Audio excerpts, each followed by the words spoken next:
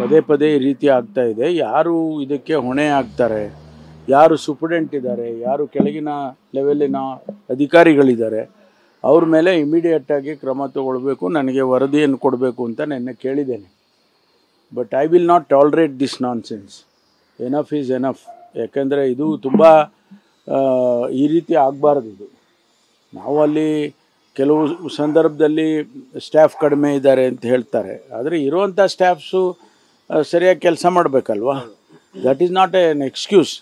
ಹಂಗಂತ ಹೇಳಿ ಸ್ಟಾಫ್ ಕಮ್ಮಿ ಇದ್ದಾರೆ ಅಂತೇಳಿ ಟಿ ವಿ ಕೊಟ್ಬಿಡೋದು, ಅವ್ರಿಗೆ ಮೊಬೈಲ್ ಕೊಡೋದು ಅಥವಾ ಏನೋ ಕೊಡೋದು, ಇವೆಲ್ಲ ಮಾಡಿದರೆ ಜೈಲಂತ ಅನ್ನಿಸ್ಕೊಳ್ಳೋದೇ ಇಲ್ಲ.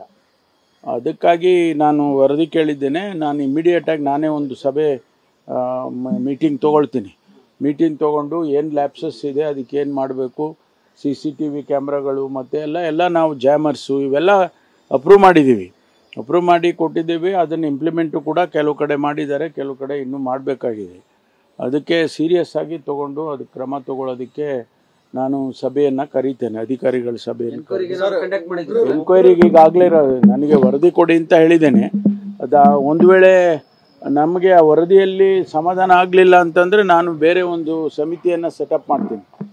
ಒಂದು ಸಮಿತಿ, ಬೇರೆ ಬೇರೆ ಅಧಿಕಾರಿಗಳನ್ನ ಮಾಡಿ ಒಂದು ಸಮಿತಿಯನ್ನು ಸೆಟಪ್ ಮಾಡಿ ಇದಕ್ಕೆ ಇಮಿಡಿಯೇಟಾಗಿ ಕರೆಕ್ಟಿವ್ ಮೆಷರ್ಸನ್ನು ತಗೊಳ್ತೀವಿ. ಸರ್, ಈಗ ಉಗ್ರ ಕೈಯಲ್ಲಿ ಮೊಬೈಲ್ ಇದೆ ಅಂತ ನಮಗೆ ಆತಂಕ ಅಲ್ವ ಸರ್? ಖಂಡಿತವಾಗಿ ಯಾರ ಕೈಲೂ ಇರಬಾರ್ದು. ಅದು ಜೈಲಿನಲ್ಲಿರೋರ ಕೈಲಿ ಯಾರ ಕೈಲೂ ಇರಬಾರ್ದು. ಬರೀ ಉಗ್ರ ಅಂತಾನೆ ಅಲ್ಲ, ಯಾರು ಕೂಡ ಮೊಬೈಲ್ ಆಗಲಿ ಅಲ್ಲಿನ ಈ ಥರದ್ದು ಫೆಸಿಲಿಟೀಸ್ನೆಲ್ಲ ಅವರಿಗೆ ಕೊಡೋದಾದರೆ ಮತ್ತು ಜೈಲಂತ ಅನ್ನಿಸ್ಕೊಳ್ಳೋದೇ ಇಲ್ಲ ಅದು. ಅದಕ್ಕೆ ನಾನು ಸೀರಿಯಸ್ ಆಗಿ ತೊಗೊಂಡು ಇದನ್ನು ಒಂದು ಸಮಿತಿಯನ್ನು ರಚನೆ ಮಾಡಿ, ಇಲ್ಲಿ ಯಾಕೆ ಈ ರೀತಿ ಪದೇ ಪದೇ ಇಲ್ಲಿ ಬೆಂಗಳೂರಿನಲ್ಲಾಗುತ್ತೆ, ಬೆಳಗಾಂನಲ್ಲಾಗುತ್ತೆ, ಮಂಗಳೂರಲ್ಲಾಗುತ್ತೆ, ಈ ಥರ ಎಲ್ಲ ಆಗಬಾರ್ದು ಇದು.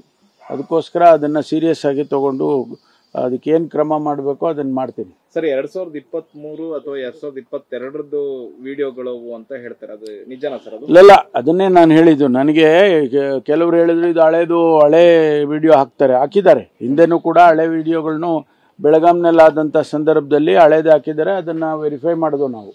ಅಂಥದ್ದು ಕೂಡ ನಡೆಯುತ್ತೆ. ಅದೇನೇ ಇರಲಿ, ಅದು ಆ ರೀತಿ ನಡಿಬಾರ್ದಲ್ಲ. ಹಳೇದಾಗಲಿ ಹೊಸದಾಗಲಿ ಆ ರೀತಿ ನಡಿಬಾರ್ದು. ಅದಕ್ಕೋಸ್ಕರ ಅದ್ರ ಮೇಲೆ ಕ್ರಮ ತಗೊಳ್ಳೋದಕ್ಕೆ ನಾನು ಕಠಿಣವಾಗಿ ಕ್ರಮ ತಗೊಳ್ಳೋದಕ್ಕೆ ಪ್ರಯತ್ನ ಮಾಡ್ತೀನಿ. ಸರ್, ಒಂದ್ ಕಡೆ ಚರ್ಚೆ ಆಗ್ತಿದೆ, ದರ್ಶನ್ ಒಂದು ದಿಂಬಿಗಾಗಿ ಫೈಟ್ ಮಾಡ್ತಾ ಇದ್ದಾರೆ ಕೋರ್ಟಿಗೆ ಬಂದು. ಆದ್ರೆ ಉಗ್ರರ ಕೈಲಿ ಮೊಬೈಲ್ ಸಿಗುತ್ತೆ, ಉಮೇಶ್ ರೆಡ್ಡಿ ಕೈಲಿ ಮೊಬೈಲ್, ಟಿವಿ ಎಲ್ಲ ಸಿಗುತ್ತಲ್ಲ ಅಂತ ಸಾರ್ವಜನಿಕರು ಅದನ್ನೇ ನಾನು ಕೂಡ ಮಾಧ್ಯಮದಲ್ಲಿ ನೋಡಿದೆ. ದರ್ಶನ್ ಅವರಿಗೆ ಕೋರ್ಟಿಗೆ ಹೋಗಿ ಅವರಿಗೆ ಒಂದು ದಿಂಬು ಅಥವಾ ಒಂದು ಹಾಸಿಗೆ ಆ ರೀತಿಗೆ ಕೋರ್ಟಿಗೆ ಹೋಗ್ಬೇಕಾಗುತ್ತೆ. ಇವರೆಲ್ಲ ಭಾಳ ಸುಲಭನಾಗಿ ಈ ರೀತಿ ಎಲ್ಲ ಸಿಗುತ್ತೆ ಅನ್ನೋ ವರದಿಯನ್ನು ಕೂಡ ನಾನು ನೋಡಿದ್ದೇನೆ.